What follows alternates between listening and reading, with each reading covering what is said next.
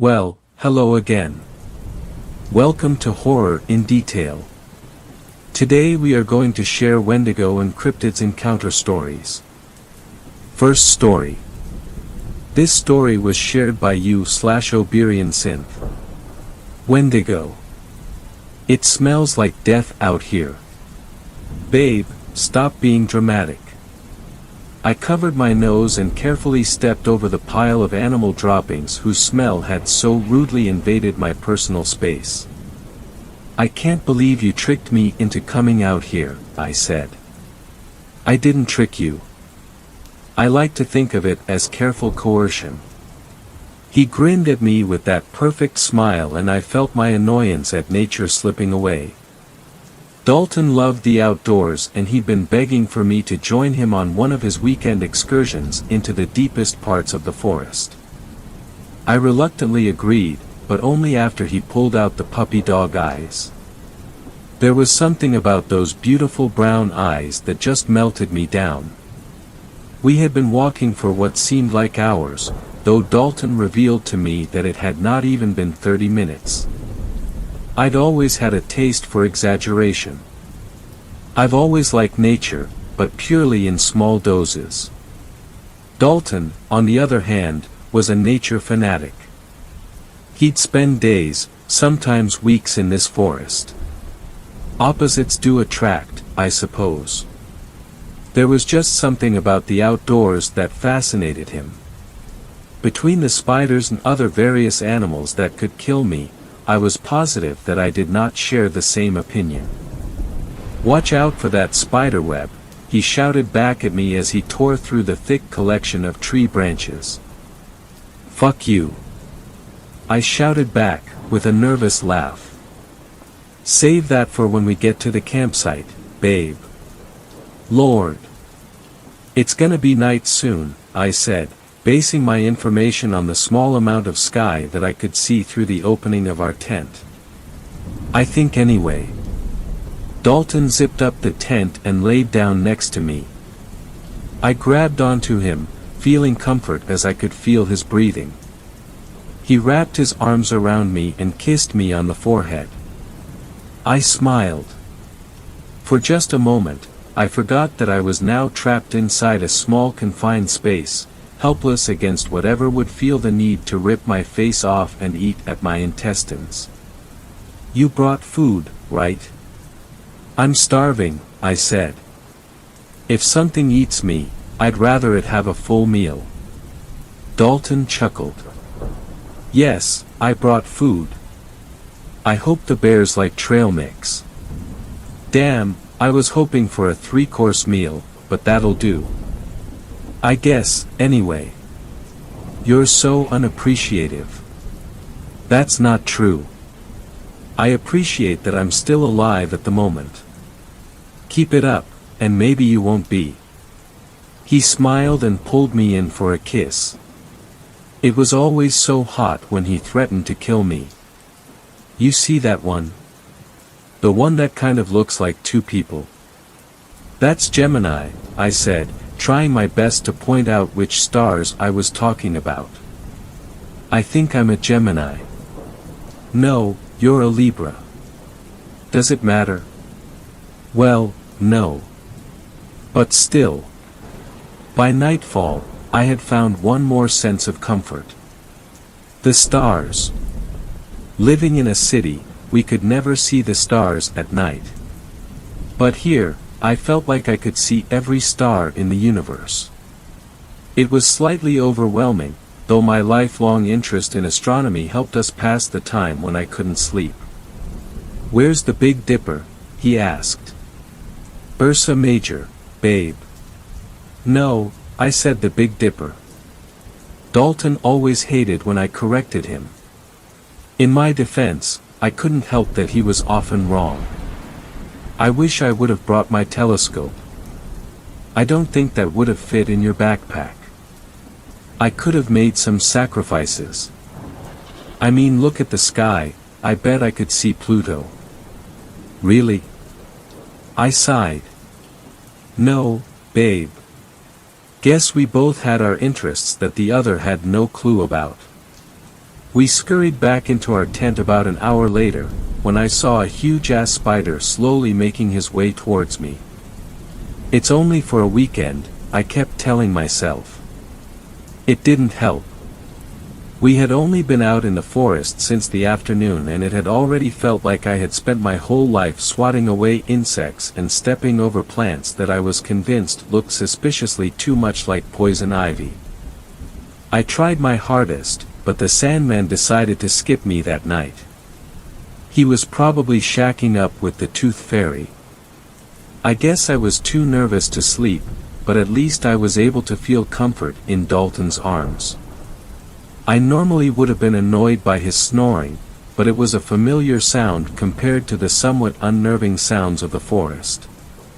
All the carnivorous animals stepping on twigs as they make their way to sink their teeth into my skin, and the sex-crazed mating calls of all the godforsaken insects that want to infect my blood with 1,000 parasites. I closed my eyes and tried to tune out the sounds of nature and focus on my husband's snoring. I chuckled a bit at the humor of that. I hated his snoring, yet here I loved it. And it seemed to be doing a great job of drowning out all the bugs and whatever else called this forest home. In fact, it seemed to be doing a little too well. I sat up and put my ear against the wall of the tent. Nothing. I couldn't hear anything but Dalton's snoring. It was as if everything in the forest just decided that it was time for a moment of silence for a fallen mosquito. I loved silence, but here it was simply unnerving. I tried to wake up Dalton, but he's such a deep sleeper that I would have needed some fireworks and an earthquake to wake him up. I grabbed my flashlight out of my bag and went outside the tent. Classic horror movie mistake, you idiot, I thought to myself, but I was curious. Outside the tent, it was pitch black. I looked up and the hundreds of stars that had once comforted me in this damned forest had been replaced by a covering of darkness. I froze. Fear. Shock. I don't know, but I couldn't move. The silence was deafening. At this point, even Dalton's snoring had disappeared. As if this situation wasn't already perfect enough, my flashlight decided it was the perfect time to begin flickering out. I didn't know what to do. I was frozen, standing in nothing but darkness. There was nothing but silence. Even my breathing made no sound. And then, a smell. Oh God, the smell. A smell so horrid, it broke me from my trance and I had to immediately cover my nose, but it was no use. The smell of death broke through the barrier and forced its way into my nostrils. I gagged and coughed as the smell only got stronger. Whatever was causing the smell was getting closer. Footsteps. I began to hear footsteps. Loud footsteps. It sounded nothing like something walking through the forest. It sounded like walking on concrete. What the actual F is going on? I screamed, in my head of course. Occasionally whatever was walking would step on a fallen tree branch and break it, pausing for a second before continuing its steady pace. My adrenaline rushed and I threw myself back into the tent and zipped up the door. I grabbed onto Dalton's hand, though it felt cold and lifeless. I looked at Dalton and he appeared to be alive. Just not moving. I held tighter onto his hand and threw my other hand over my mouth to hide my panicked breathing. The footsteps had gotten louder and whatever was walking had increased its pace. My heart was beating faster than a bullet train, and the last thing I remember was hearing a deafening, high-pitched scream before I lost consciousness. Babe? Babe, wake up! Dalton said as he shook me awake. I jumped up, hyperventilating and grabbing at Dalton. He threw his arms around me and I began to feel calm again. You were screaming in your sleep. I thought you were having night terrors. My breathing and heart rate began to slow down. Was it just a nightmare? No, it couldn't have been. It felt so real. He grabbed my arm and I felt a burning sensation. I yanked my arm away and saw 3 large gashes going down my arm. What the hell? I said. Damn, babe. You must have scratched yourself in your sleep. Did I?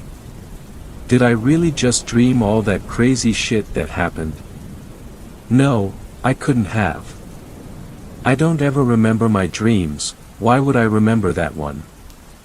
Am I just going crazy? Maybe the forest was just messing with my head. I'd heard a lot of stories about people going crazy after being in forests. I had never heard of it happening after just one afternoon, however. Though I guess there's a first time for everything. Dalton tossed my backpack at me. Get yourself changed. I'm gonna go make breakfast.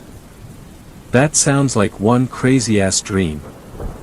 No wonder you were screaming so much. It was terrifying. It felt so real.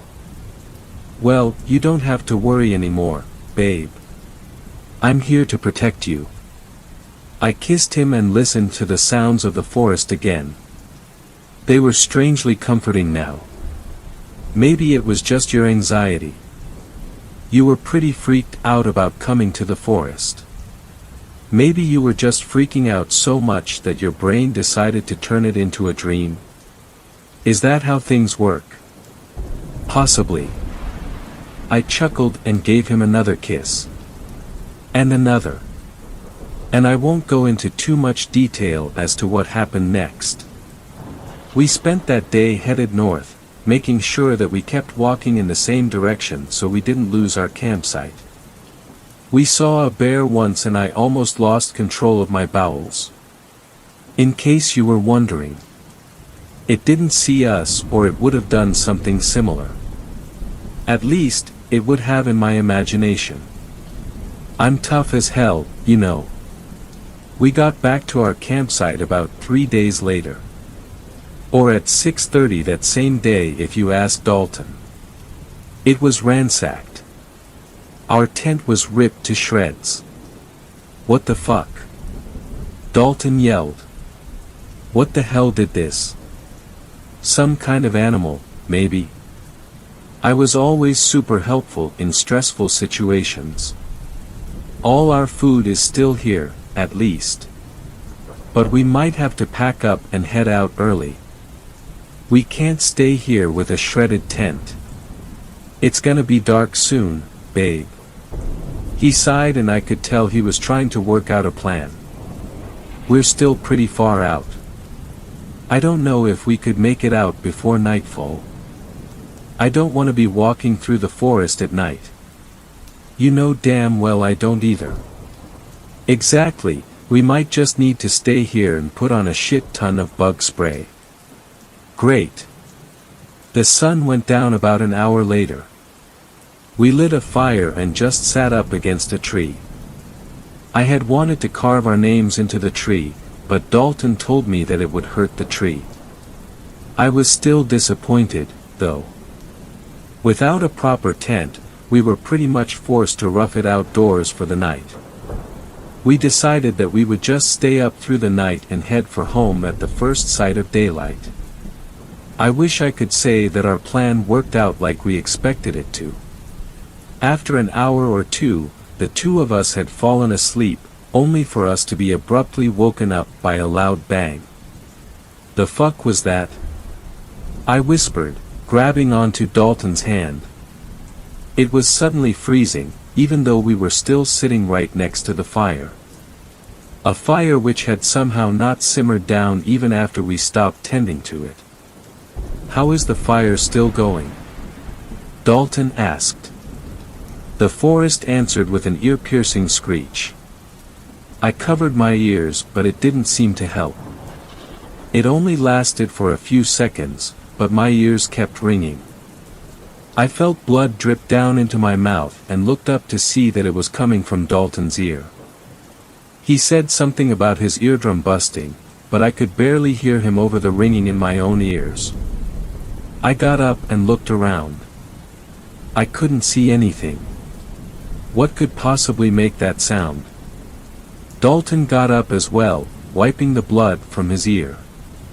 He grabbed me and I faintly heard him say that we need to leave. Now.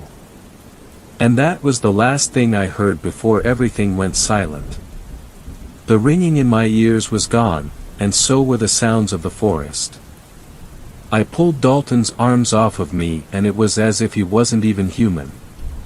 Just a mannequin that I could move and twist as I saw fit. This time, there was no darkness. Instead, the light of the fire frozen in time lit up the small clearing that once held our campsite. I heard footsteps and the smell of death found its way into the area. Instead of fear, I was overtaken by a sense of curiosity. I needed to know what was coming, and I needed to see it with my own eyes. And see it I did. Minutes later, a tall human-like figure appeared through the trees. The scent of death grew stronger as it came into the light. My stomach was in knots and I tried my hardest to hold back the acid that was climbing up my throat. The creature stopped and smiled at me. From what I could see there was barely anything holding its skin together as it draped over thin and brittle bones. Its lips were ripped, torn and covered in dried blood. It looked like it hadn't eaten in years and that had me very concerned for my own safety. It stood still for what felt like an eternity, just smiling at me with its rotten, black teeth. I couldn't move. I couldn't do anything but look it in its dark, sunken eyes. It lifted a finger and pointed at me, still smiling.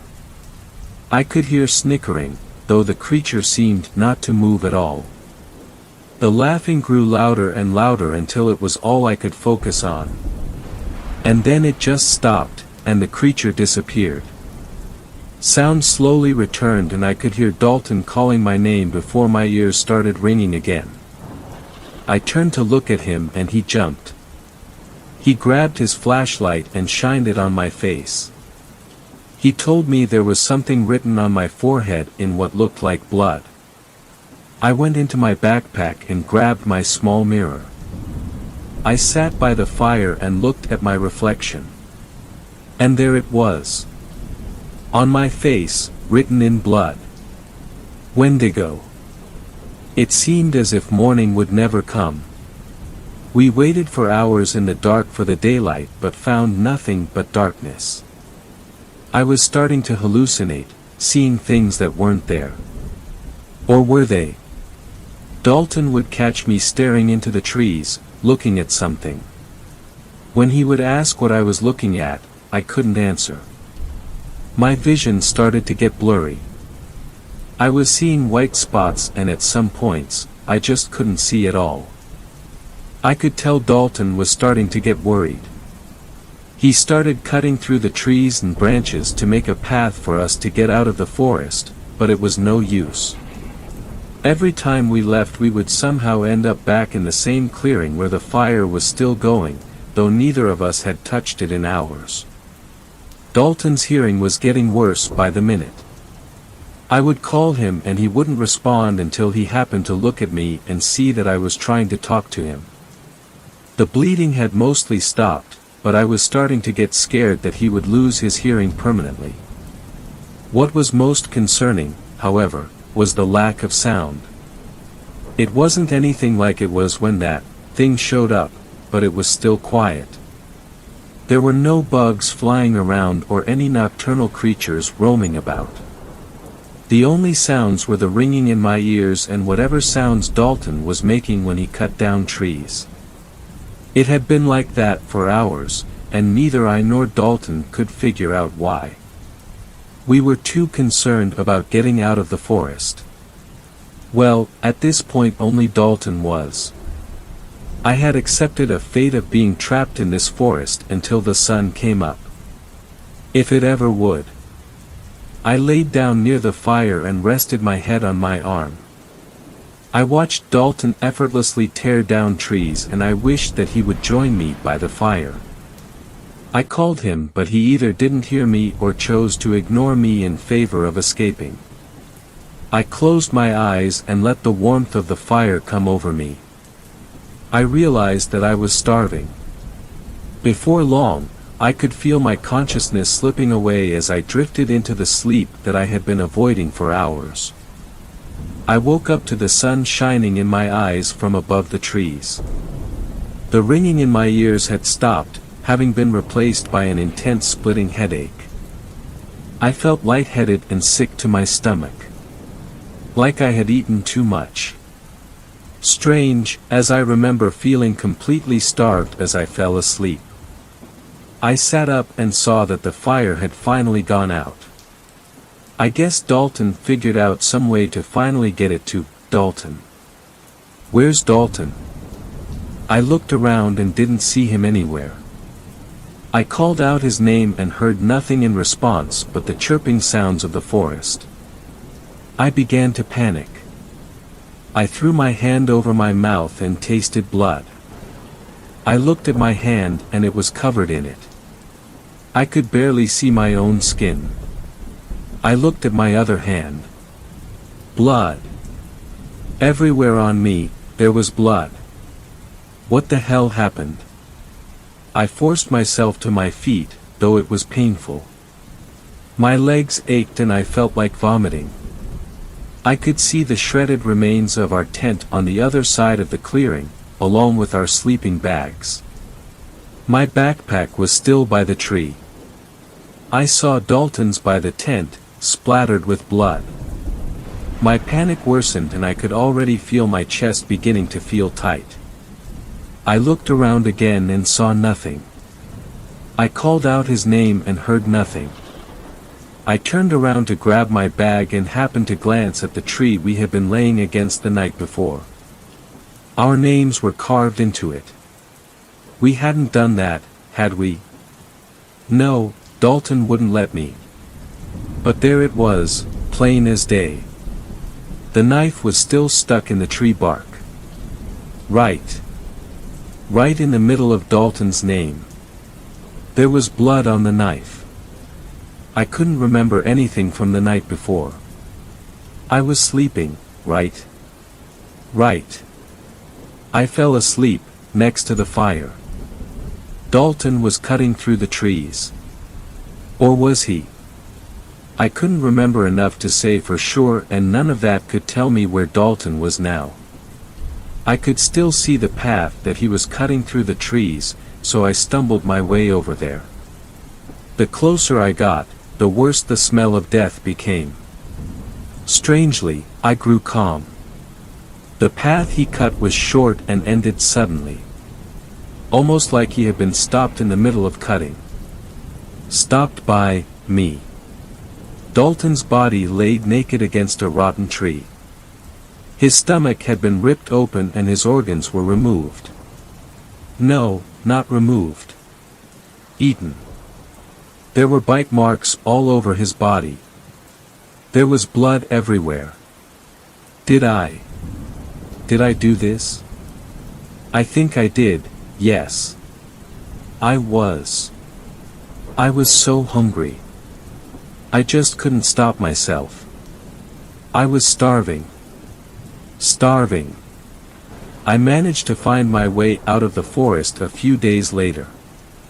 I happened upon a search party that had been arranged after Dalton and I did not return home as expected. They brought me to a hospital and I explained that poor Dalton had been mauled by a mountain lion. They believed me. It was so easy. I returned home after a day in the hospital. They kept me nourished, but could not satiate my hunger. Dalton's body was never found. I attended his funeral just yesterday. Closed casket, of course. I cried as I gave his eulogy. The days move so much slower now. I can feel myself dying from the inside out. I can't hide my hunger any longer. I must feed again before I wither away. Maybe then I won't see that hideous creature I saw in the forest in my dreams. I don't want to see it smile anymore. I don't want to hear its laugh anymore. But still, it calls to me. It tells me what to do. It tells me where to go. It tells me I must eat. Second story. This story was shared by you/exquisite sociopath. The Wendigo is hungry too. In July 2008, I believe it was the 30th, me and my buddy drove to Manitoba in order to pick some medicines for an upcoming sweat. So we get to west of Portage la Prairie and my buddy pulls into a gas station because he has to use the bathroom.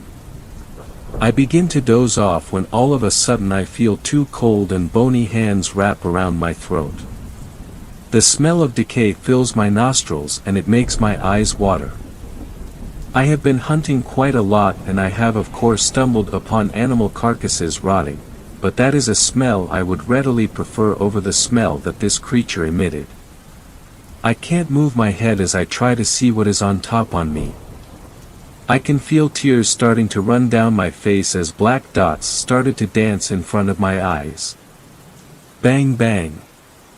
I look over at the window of the truck and see my buddy smashing his hands against the window. He looks petrified and keeps screaming a word over and over, but I can't hear what it was over the ringing in my ears. I read his lips and my blood runs cold. He is screaming the word, Wendigo. I think back to when I was a little kid and I had stayed out past sundown on a bitter winter evening. My father is waiting outside. He has a scared yet stern look on his face and he says, "You better get inside the house, boy. There are man-eaters in these woods." For years I pester him over and over about what he was talking about, and that's when he finally tells me about the Wendigo.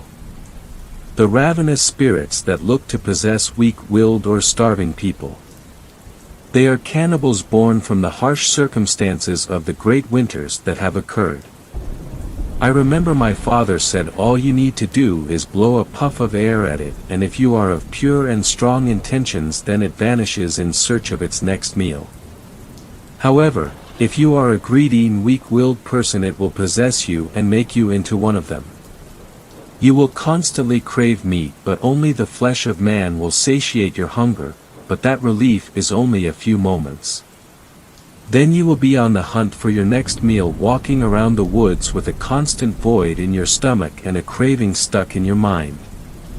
I turn slightly towards the beast and puff a breath in its direction. All of a sudden the horrid smell of decay vanishes and the hands disappear. I feel an overwhelming urge to vomit creep up my throat, but I restrain myself. My buddy hops into the truck. We are both silent as we drive on, our breaths are the only sounds to break up the silence. We drive for around 10 minutes before my buddy shouts, "What the fuck?" He slams on the brakes and screeches to a halt and almost collides with the car in front of us. The car turns around and we see what is causing the sudden blockage in traffic. A Greyhound bus is pulled over to the side and a bunch of shaken-looking people are standing beside it. Their gazes can only be described as a 1,000-yard stare. RCMP cruisers surround the bus. The red and blue lights dance on our windows. My buddy turns around swearing at the inconvenience and we drive back to a shady hotel we had passed earlier. The whole way there I am sitting motionlessly, a sense of dread is ever present in my gut as we arrive at the hotel. We check in and start putting our stuff down when my buddy turns on the news. It's a pretty shitty television, but soon enough we see breaking news flash across the screen and I stop what I'm doing. The news reporter looks shaken as she rattles off, "One adult male is confirmed to be dead in what is being called a frenzied knife attack." We are getting multiple reports of the suspect consuming parts of the male's body. The police have not commented any further. I look over to my buddy and he has gone ashen white. He looks over at me and says in a withdrawn voice, "I guess the Wendigo needed to be fed." The victim was Tim McLean. He was brutally murdered on Greyhound bus number 1170 by a man named Vince Lee who was diagnosed as a paranoid schizophrenic. He told investigators that God told him to kill Tim. Tim McLean was sleeping as Vince stabbed him and was awoken to a crazed Vince standing over him holding a hunting knife. Tim was stabbed over 60 times and dismembered. Vince consumed parts of his head and actually stuffed chunks of Tim into his pockets. Want to know the best part? Vince Lee was released with a new name and no criminal record. He was diagnosed as a paranoid schizophrenic and was excused from his actions. So all of the Americans that complain about your justice system, be thankful that they at least give out appropriate sentences for individuals like these. To this day I wonder if Tim McLean could see the crazed Wendigo staring back at him as he looked into his killer's eyes begging for mercy. Third story. This story was shared by you/chlorine bleach. The time I had an encounter with a Wendigo. To preface, I'm not the person who throws ish around like this lightly. I'm mostly posting this out of curiosity of other people's experiences with Wendigos/cryptids. I'm not even sure if what my sister and I experienced was a Wendigo, but I'll let you decide that for yourself.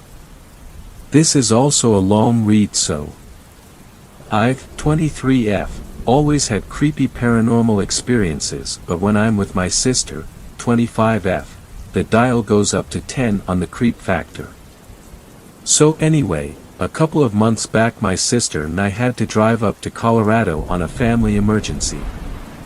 Specifically, we were driving to Dillon, Colorado. The drive up was pretty normal and nothing weird started to happen until we got right outside of Leadville. That's when things took a turn for the decidedly strange. You can believe me or not about what I'm about to say, but even though it was late at night, I know I'm not crazy and my sister saw all of this too. So, we're driving and it's pitch black outside. There's very little street lamps, so the only things we can see are illuminated by the headlights. My sister is driving and I'm in the passenger seat. At this point in the drive we had only a few more hours until Dillon and we were determined to stick it out no matter what, despite the fact we'd been driving for nearly 12 hours at this point. Looking back, I kinda wished we'd had some common sense and found a hotel and never driven on this road at this time of night. It's about 9. My sister has the radio going. I'm staring out the window trying to stay awake when all of a sudden my sister slammed on her brakes. Now, for context, my sister is a cabbie. There's not a whole hell of a lot that would make her slam on the brakes like that. So when she did, I was automatically on full alert wondering what the hell just happened. Before I can even ask her what made her slam on the brakes, she's telling me to look up.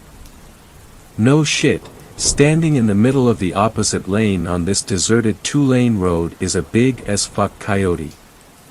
Bigger than any coyote I've ever seen. Not that unusual.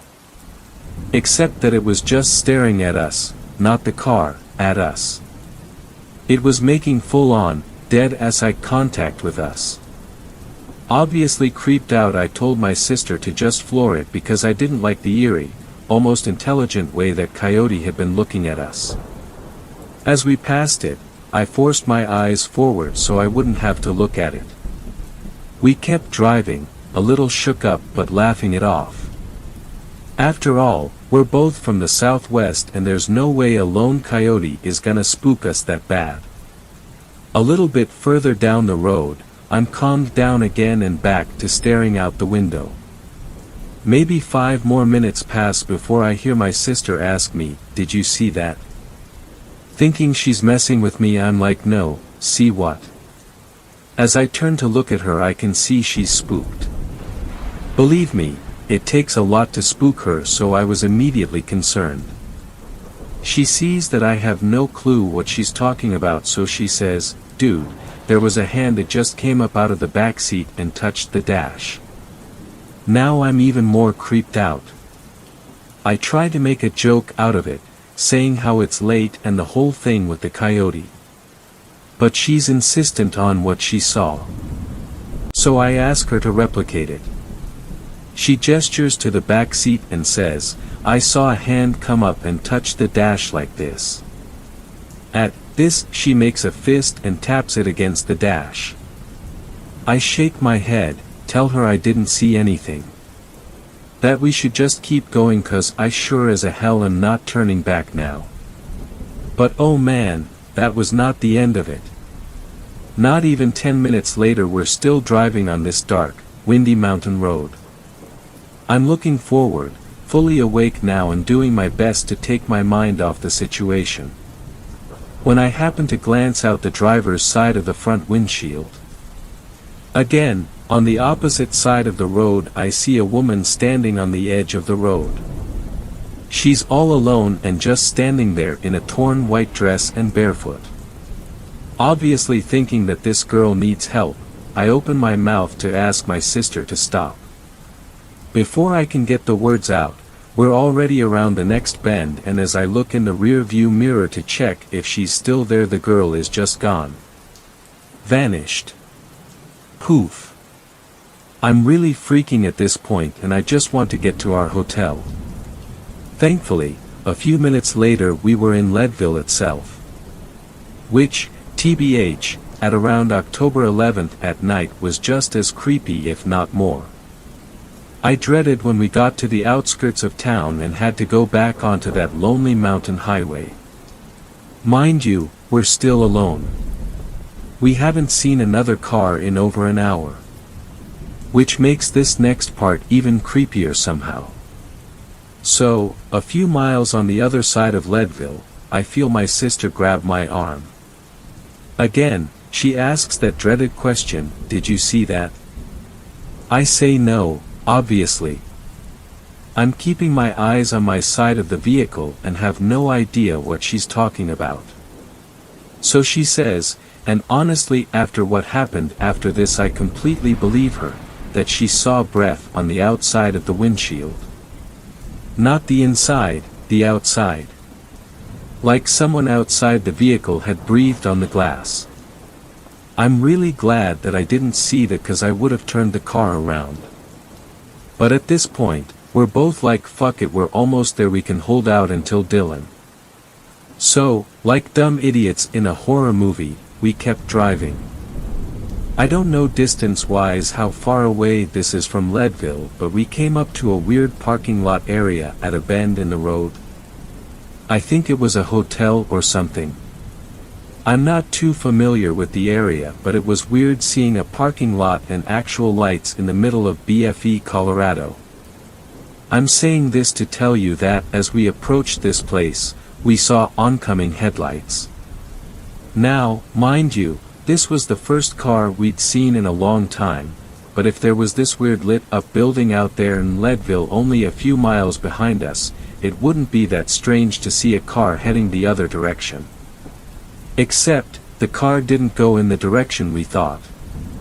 No, we both saw the lights of this car and we both saw it drive parallel to the road and disappear. Now we're for sure thinking we're hallucinating and making jokes about aliens. Saying how that was a flying saucer and we could tally that to the list of weird things we'd seen. With not much options left but to drive, we keep going. But man, that's when things started getting really bad. The longer we're driving, the more freaked my sister looks. At one point she tells me that the lane lines are disappearing. As in, she can't tell the difference between one lane line and the other. On a two-lane mountain road. You can blame this on fatigue, but my sister drives a cab for a living. She wakes up at 2 a.m. to go to work most days. There's no freaking way, no matter how tired she is, that she's hallucinating the lane lines not being there. I can see them just fine, but she swears up and down that she can't see lanes on either side. I think it was only her experience as a cab driver that saved our asses. Now this next part is going to sound insane, and I don't blame anyone for not believing me. I wouldn't believe me if I didn't experience it myself. So, we got the lane lines disappearing, cars disappearing off the road, weird shit breathing on the windshield, and the icing on this cake is that now it feels like the car is doing a free fall down the mountain. No, not like we're out of control. Like there's an invisible force pushing us from behind and trying to make us go down the mountain faster. My sister is riding the brakes like hell, and I'm trying to figure out why it feels like we're in free fall when we're on a less than 20-degree slope. It makes no sense. And as I'm thinking this, I hear my sister ask me, "Hey, is it windy outside?" I shake my head, check my phone, and am like, no, there's no wind outside at all. In the car you would have been able to hear the wind and feel it pushing on all sides, not just the back. Wind makes a very distinctive noise, and so I know that there wasn't any wind that night. That doesn't explain, however, why when my sister told me to look at the trees on either side of the road they were swaying, bending back and forth like there's a storm outside. But there's no storm. There's no wind. No clouds. Nothing. Nothing that could explain why these trees are moving like this. I'm really freaked out now, and I start to pray. I'm religious to a point, and I'm not ashamed to say that I pray when I get scared like this, and I was terrified. Because underneath all of the crazy, this strange, eerie feeling was creeping up on me. It felt like there was something in the woods watching us. The trees felt almost alive, and there was just a darkness. I don't know how else to explain it. It was just evil. It felt evil and wrong, and I just did not want to be there anymore. I started praying harder and told my sister to drive as fast as she could away from that place, which TBH with everything going on wasn't that fast. For some reason, I just keep repeating, there's something bad here, something bad happened here, I don't like it. Saying that over and over again. So, of course, my sister asks, what do I mean and why do I keep saying that? Now, I'm not sure if I'm a medium, but I would consider myself a sensitive. I can pick up on the energy of spirits and places. So, like a dumbass, I open myself up to whatever the fuck this thing is. I can hear my sister asking me what happened. And the word that came out of my mouth, in an inhuman guttural growl, was murder. That voice was not my voice. That thing was not human. As soon as that word left my mouth, I burst into tears. I was so scared. I clutched my Mary medallion and I held my sister's hand. I made her pray the prayer of Saint Michael with me. And when we were praying, it was almost like she couldn't get the words out. Like, something was trying to stop her from praying. I haven't been that scared of something paranormal in a very long time, and I never, ever, want to drive that stretch of road at night ever again. Could we have been hallucinating? Sure. But this next part somehow creeps me out even more. So, we're at the hotel now and we're in our room. Both talking about how crazy that all was. When my sister says, "You didn't see it, did you?" And of course, I'm like, see what? She tells me and I believe her, because she was dead serious. My sister can't lie if her life depended upon it, because she just starts laughing. It's her tell. That's how I knew she at least believed what she saw. She told me that she saw a skeletal figure, like a human figure in the woods.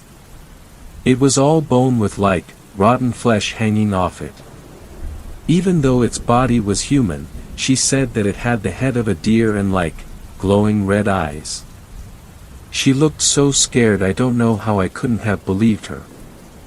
According to my sister, she saw this thing tailing the car the moment we both noticed the trees moving, so about halfway or a third of the way down.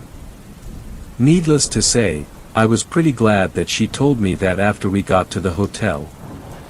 Now, one last thing before I wrap this up. So, my stepmom is from the Denver area and just so happened to have family in Dillon. I casually asked her if she'd ever experienced anything weird on that road, and I didn't even have to tell her which one for her to know the road I was talking about. She said when she was a kid it used to freak the hell out of her. She can remember falling asleep in the car and then whenever they got to that stretch of road automatically waking up because she was too scared to sleep. And the thing about the car driving parallel to the road? Well, my stepmom said, and I haven't confirmed this so take this with a grain of salt, that the roads used to be built differently back in the day. That they would have run parallel to the mountain and not alongside it. She also told me a story of when she was a teenager about how there was a time she and her dad were driving on the road at night.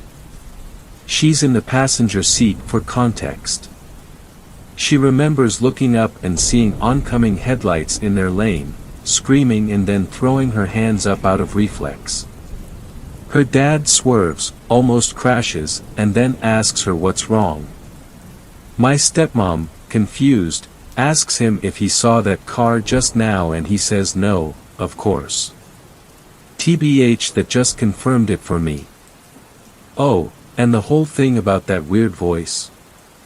My sister said that when I spoke in that tone, it was about 2 octaves deeper than my natural voice, completely flat, and absolutely not human. Me and my sister both agree that whatever that entity was that she saw was absolutely trying to harm, if not kill us. We both think that it was screwing with her about the lane lines and trying to push us off the mountain. For what purpose, I still don't know, but I honestly don't think I want to. We also agreed that all the freaky shit we saw before was something trying to warn us. The primary reason? That hand with a fist in sign language can mean, stop. I think it's possible those other entities were trying to tell us to turn around. Too bad we didn't listen, lol. But anyway, that's my story of a possible encounter with a Wendigo and other things that go bump in the night. I never have and never will again drive the road between Leadville and Dillon at night or any other time. So I'm just curious. Has anyone else had an experience like this there? Or an experience like this in general? 4th story. This story was shared by u/jokes0nme. Wendigo encounter. So I don't really know how to start this, so I'm just gonna spew out some stuff and hope it all makes sense, because it sure as hell doesn't to me. Have any of you even encountered one before? If not, let me tell, these things are not like how Google or any of pictures you find depicts them, at least not right away. Let's get into it. I'm from Canada and I live on a reserve that's about 30 minutes from any town, relatively close compared to other places I've been. Well, it's the end of December and just getting finished with holidays and spending it relatively alone, thanks to COVID. I get a call from one of my friends, he wants to go hunting. Well, that's kind of a problem, cause I've never shot a gun or went hunting before. Pretty pathetic for a Native American if you ask me, but anyways, he tells me he just needs my eyes and another set of legs to help carry whatever he catches. So I agree, making one of the biggest mistakes I would come to regret.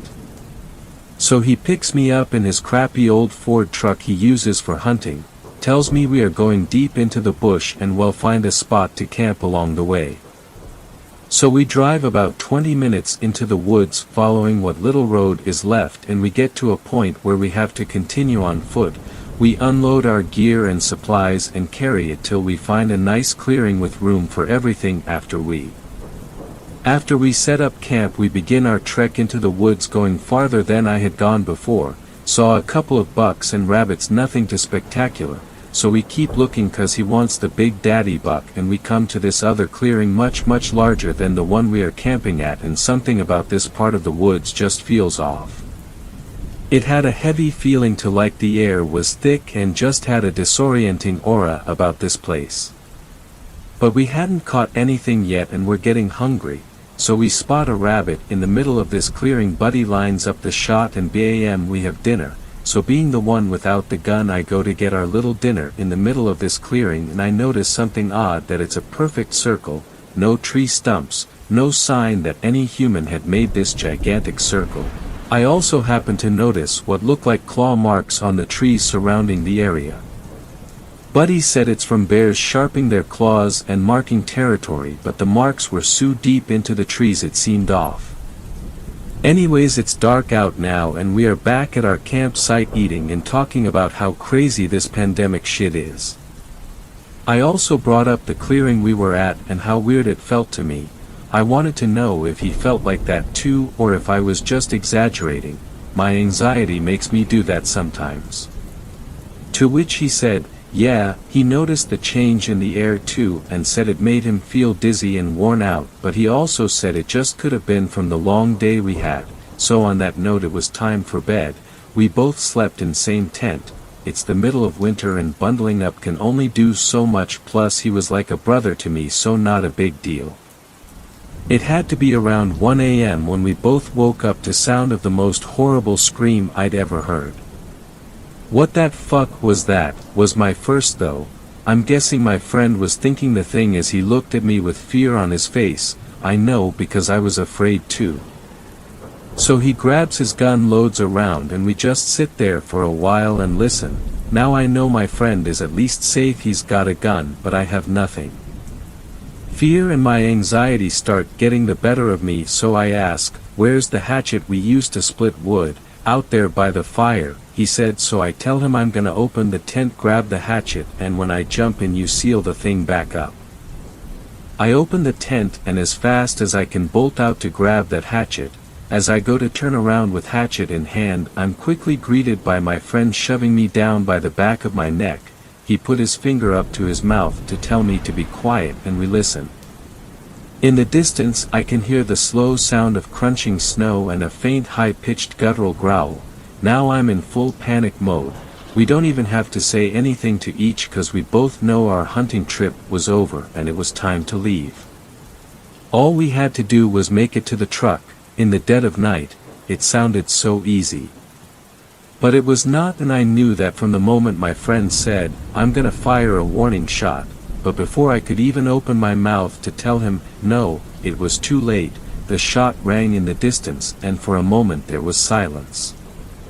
Then we heard it, a scream so soul-piercing it felt like it lasted forever. It definitely echoed much further than this gunshot did. It was petrifying. I'd never heard such a haunting scream before, that I was literally frozen in fear. Then we could hear whatever made this scream was charging right for us, with the sound of crunching snow getting closer and closer. We looked at each other and just ran in the direction of the truck, frantically sprinting, calling out to each other to make sure the other hadn't fallen behind. We're almost there, we kept telling each other as we are weaving through trees, making a beeline to the truck, trying to ignore the sound of this growl that sounds like it's right in my ear. But I can see the truck, we're gonna make it, we're getting out of here. As we come up to the truck, my friend makes it to his side and unlocks both passenger and driver side at the same time. As I open the door, he does too at the same time, and then he's gone in a flash of white. This thing had gotten him, ran at him with such force that when it tackled him it shook the truck side to side. I stood there in shock. I call out to him, but all I can hear are screams and a couple gunshots and then dead silence again. I know in my heart that my friend is dead, and so am I if I don't get the fuck out of here. I go over to the driver's side and find the keys on the ground. He must have let them go when he got tackled. I hop and start the damn thing, whip it around in the direction I needed to get out of here. Then I saw it. Skin as white as snow, completely hairless. Eyes that had sunken into its head made dark circles around eyes that were just as white as its skin, no nose, teeth so jagged and sharp shined with the color of blood, and its lips looked like they had been chewed off, so all you're staring at is teeth. Its body was so disproportioned, but with long lanky limbs. This thing is blocking me from leaving, but I'm getting out of here no matter what. I floor it with the tires spinning. I shoot forward and so does it, screaming that blood-curdling scream as it charges at me. Now I'm getting up close and personal as this thing lunges at the truck and bounces of the hood and over top of the truck. As I'm speeding away, I glance at the rear view mirror and witness this thing get up and just stand there watching me drive off with its head tilted slightly. I knew I had just escaped death with the price of losing my friend. Fifth story. This story was shared by you/Symphony of Sin. There's something evil lurking in Hoosier National Forest. I've been more than a little hesitant to post this, but after what just happened on my last hike, I feel like there's no other choice. The parks may suffer for it, but people have to know. There's something evil in Hoosier National Forest. Possibly more than one. I've had similar encounters in multiple parks within HNF. Enough to make me question if one thing could be responsible for all of them. I've been followed on trails before. I've heard voices out in the woods that couldn't possibly be real, people who are too far away to be there, people who are dead. I once heard my granny's voice coming from a cave in Hemlock Cliffs.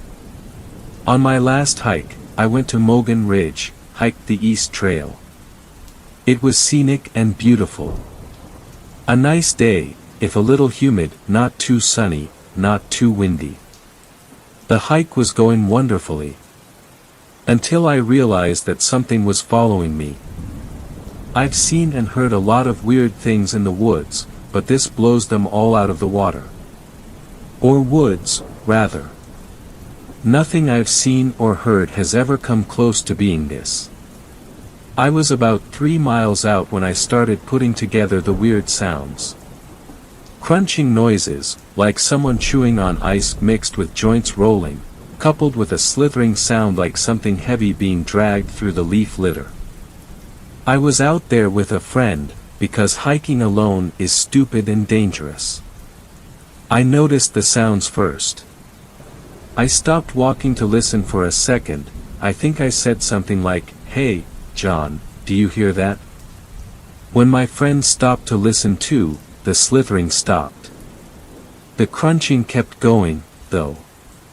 It was a really nasty sound, the kind you can feel in your neck that makes your spine want to twist up. Like somebody chomping down on something hard, like that sound when you roll your neck or crack your knuckles. The kind of sound you can feel in the fillings of your teeth. It was unsettling enough that neither of us wanted to stick around and find out what was making the noises. Neither John or I are fearful people, but something about those crunching noises sounded wrong, out of place and threatening. We started walking again, and the slithering started up again. At first we thought maybe it was my walking stick making the dragging noise, but when I held it up away from the ground, the slithering didn't stop. John suggested weakly that maybe we were dragging our feet and that was what was making the noise, but we both knew that wasn't it. The trail was too steep and too rocky to drag your feet on. Our next guess was a snake, but snakes in Indiana don't get big enough to make dragging sounds like whatever was making that creepy slithering sound. That was about when we started to hear the heavy breathing, like somebody behind us was panting down our necks.